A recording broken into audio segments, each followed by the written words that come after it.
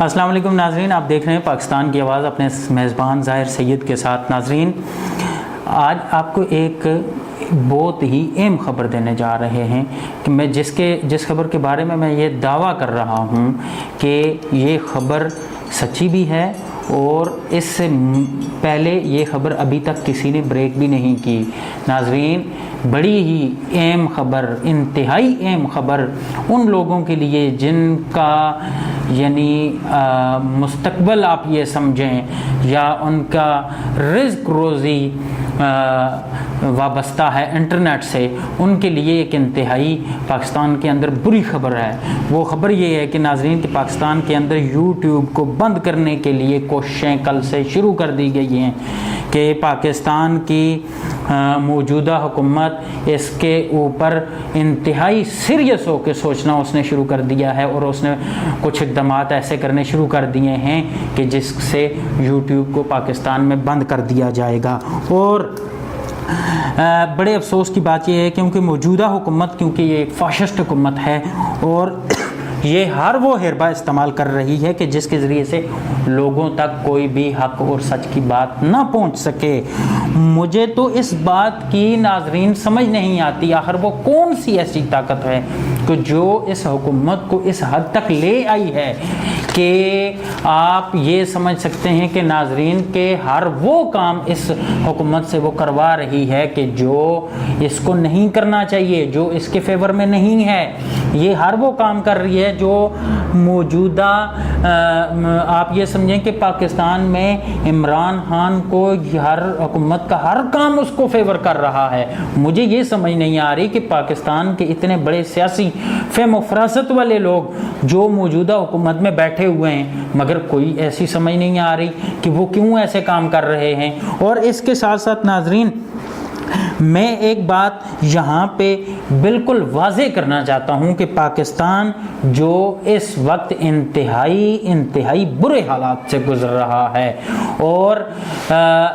ہم یہ کہہ سکتے ہیں کہ یہ آنے والے وقتوں میں ایک خونی انقلاب کی طرف اس ملک کو دھکیلا جا رہا ہے۔ ناظرین، ان سب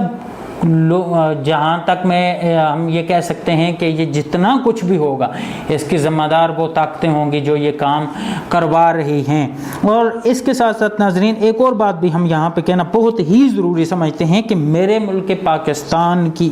افواج سے مخاطب ہو کر میں یہ بات عرض کرنا چاہ رہا ہوں کہ ہماری عزتوں کے محافظوں، اس وقت آپ کی ضرورت ہے۔ آپ اپنا مثبت کردار ادا کریں۔ آپ اپنا مثبت کردار اگر اس وقت نہیں ادا کریں گے تو یاد رکھیں کہ آپ کی ضرورت بھی ختم ہو جائے گی۔ کیوں کہ ہر ادارے کی عزت اور وقار اس کے ملک کے ساتھ ہوتا ہے، اور ناظرین جب ملک نہیں رہتا تو ادارے کس لیے کام کریں گے؟ ان کے کام کرنے کا کیا فائدہ رہے گا؟ ناظرین، مجھے ذاتی طور پہ انتہائی دکھ ہوتا ہے، میرا دل خون کے آنسو ہوتا ہے کہ جب آئے دن ہم اپنے عزت کے محافظوں، اس ملک پاکستان کے بہادر سپوتوں کے بارے میں ایسی باتیں سنتے ہیں کہ جس سے اس ادارے کی عزت ہاتھ میں مل رہی ہوتی ہے۔ انتہائی افسوس کے ساتھ کہنا پڑتا ہے، پاکستان کی 75 سالہ تاریخ میں کبھی بھی ناظرین ایسا نہیں ہوا کہ جتنا اس بار افواج پاکستان کو کرٹیسائزڈ کیا جا رہا ہے۔ ہمیں اس چیز سے بڑی دلی طور پہ تکلیف ہوتی ہے کہ ہماری بہادر افواج کو یہاں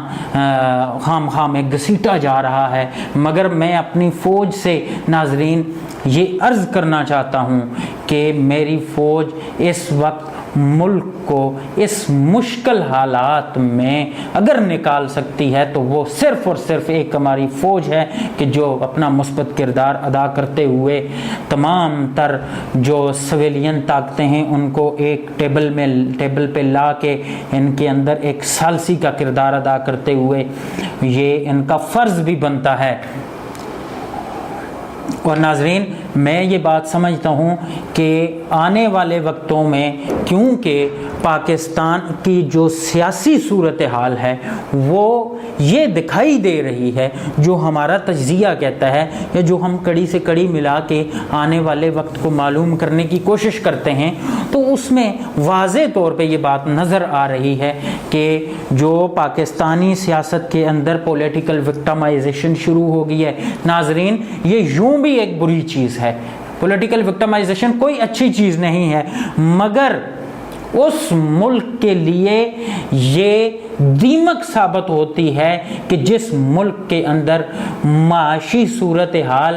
اس حد تک جا پہنچی ہو کہ ملک ڈیفالٹ کے قریب ہو، اور ایسے صورتحال میں تمام لوگوں کو مل بیٹھ کے، تمام جتنے بھی سٹیک ہولڈرز ہیں ان سب سے میری گزارش ہے کہ وہ مل بیٹھ کے ملک کی عوام کے لیے سوچیں، سیلاب زدگان کے لیے سوچیں۔ میں زرداری صاحب کو مخاطب کر کے یہ کہہ رہا ہوں کہ زرداری صاحب، اتنے عرصے سے سندھ میں تو بھٹو زندہ ہے مگر لوگ تو وہاں پانی میں ڈوب کے مر رہے ہیں۔ شہباز شریف صاحب کو میں کہتا ہوں، آپ پنجاب کے اوپر کتنا عرصہ آپ نے حکومت کی ہے، مگر آپ مجھے یہ بات بتائیں کہ آپ نے اتنا عرصہ حکومت کرنے کے باوجود آپ جنوبی پنجاب میں جا کے دیکھیں لوگوں کی کیا صورتحال ہے۔ سیلاب میں ان کے گھر گر گئے ہیں، سیلاب میں وہ کہاں کہاں پہنچ گئے ہیں، مگر ان کے بیوی بچے، ان کے خاندان متاثر ہو گئے ہیں کہ یہاں کی اموات ہو گئی ہیں، مگر افسوس سے کہنا پڑتا ہے کہ ہمارے حکمرانوں نے عوام کی فلاح و بہبود کے لیے کچھ بھی نہیں کیا۔ اور ناظرین، پروگرام کے آخر میں آپ کو ایک نعرہ دے کے جا رہا ہوں، جس نعرے کو آپ ہر پاکستانی کا یہ فرض بنتا ہے کہ وہ بحیثیت پاکستانی اور پاکستان کو بچانے کی تحریک میں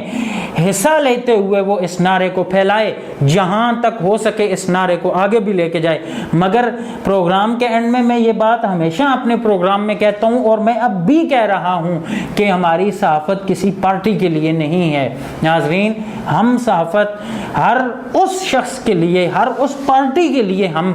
صحافت کرتے ہیں کہ جس نے بھی عوام کی فلاح و بہبود کے لیے، ملکی مفادات کے لیے، ملکی مفادات کو اپنے ذاتی مفادات پہ ترجیح دیتے ہوئے